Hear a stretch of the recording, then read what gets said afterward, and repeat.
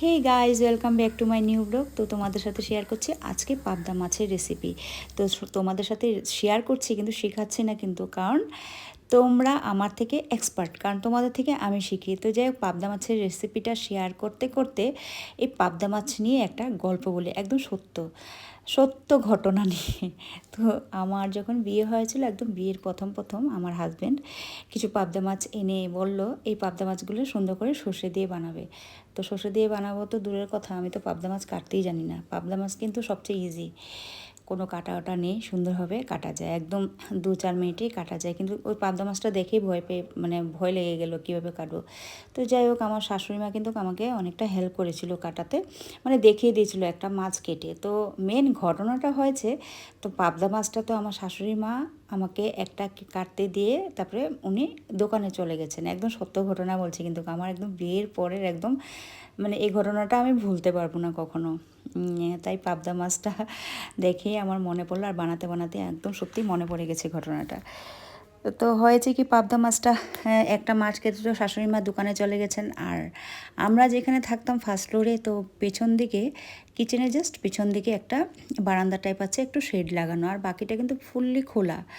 ঠিক আছে, তো আমি মাছগুলো প্রায় অনেকগুলো বেশ মাছ ছিল। ঠিক আছে, আমার হাজব্যান্ড ছোটো মাছ খেতে খুবই ভালোবাসতেন, বিশেষ করে পাবদা মাছ, ট্যাংরা মাছ, পুঁটি মাছ, এগুলো আমাদের ঘরে মানে প্রায় ডেলি বলতে পারো। তো যাই হোক, আমি পাবদা মাছগুলো নিয়ে কাটছি। তো কাটছি কাটছি, তো হঠাৎ দেখি আমার মানে দরজাটা বন্ধ ছিল, বাড়িতে কেউই ছিল না। তো টিং টং বাজলো, তো আমার মাইন্ডে কিন্তু কিচ্ছু নেই, সত্যি এত বুড়বক ছিলাম। পাবদা মাছগুলোকে কিছু না ঢেকে আমি কি করলাম, দরজাটা খুলতে চলে আসলাম। তো পাশের একজন মাসিমা আসছিল, মানে কিছু একটা দিতে বা নিতে, যাই হোক কথাটা মনে নেই। তো আমি কিন্তু ওই মাসিমার সাথে দিব্যি গল্প করছি, এদিকে কিন্তু পাবদা মাছ একটা একটা উধাও হচ্ছে। তো আমি আসলাম, আবার এসে বেসিনের মধ্যে হাতটা ধুয়ে আবার পিছন দিকে গেলাম, গিয়ে দেখি এখানে 7টা না 8টা কাক ছিল, প্রত্যেকটা কাকের মুখে এক একটা পাবদা মাছ। আর কেউ হয়তো কোনোটা হয়তো ওয়ালের মধ্যে মানে দেওয়ালের মধ্যে রেখে পাবদা মাছ একটা টুকটুক করে খাচ্ছে।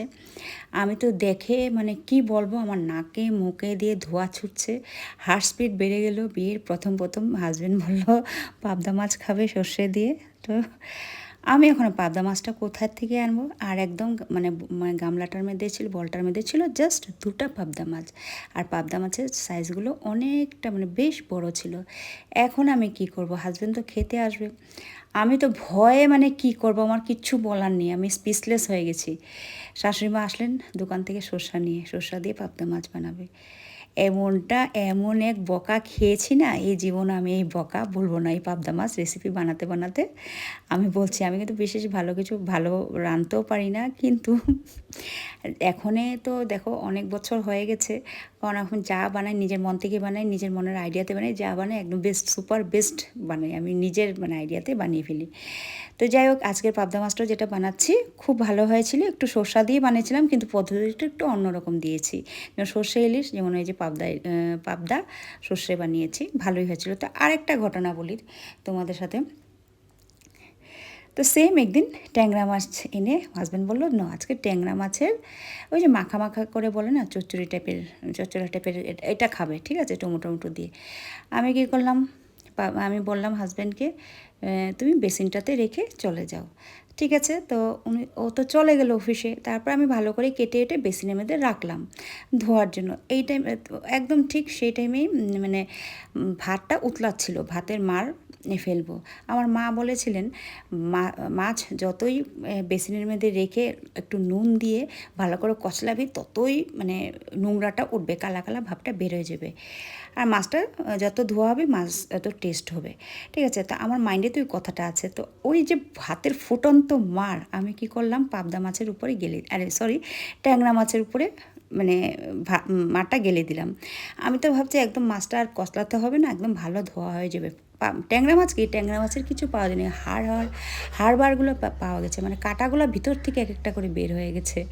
এই হলো আমার জীবনের মানে দুটা কাহিনী, আমি জীবনে কখনো ভুলবো না। তো তো এই আমার পাবদা মাছের রেসিপি আর পাবদা মাছের সত্য ঘটনাটা কেমন লাগলো অবশ্যই তোমরা কমেন্ট বক্সে কমেন্ট করে জানিও। জীবনে এমনও অনেক সত্য ঘটনা আছে যা কিছু ভোলা যায় না, ভোলার মতন, আর ভুলতে চেষ্টা করলেও ভুলতে পারি না। এই যে যেমন পাবদা মাছটা বানানোর সময় হঠাৎ মনে চলে আসলো, ভাবলাম তোমাদের সাথে শেয়ার করে দিই। তো কিছু কিছু জিনিস মনে পড়ে এখনও হাসি পায়। ঠিক আছে, তো আমার তো দেখো মাছটা রেডি হয়ে গেছে। আর সত্যি খেতে বসেছি যখন গরম গরম ভাতের সাথে একদম খুব ভালো হয়েছিল, খুব টেস্টি হয়েছিল। আর আমার মেয়েরা এইভাবেই খেতে ভালোবাসে। আর একদম 4 পিস মানে 4টাই মাছ ছিল। তো 4টা মাছটাকে আমি সুন্দর করে, আর ওরা যেহেতু ঝালটা খুব একটা খায় না, তার জন্য আমি গোটা মরিচেই দেখতেই পাচ্ছ আমি গোটা গোটা মরিচ দিয়ে দিয়েছি। তো যার ইচ্ছা হবে এটা মরিচটাকে ভেঙে খাবে, যার ইচ্ছা হবে খাবে না। তো যাই হোক, আমার রান্না শেষ, তো তোমাদের সাথে গল্পও শেষ। আজকের জন্য আমি এখানেই টাটা, মানে বাই বাই, এখানেই বিদায় নিচ্ছি। তো আরও নতুন নতুন ব্লগ নিয়ে তোমাদের সাথে হাজির হব। Tata, bye bye.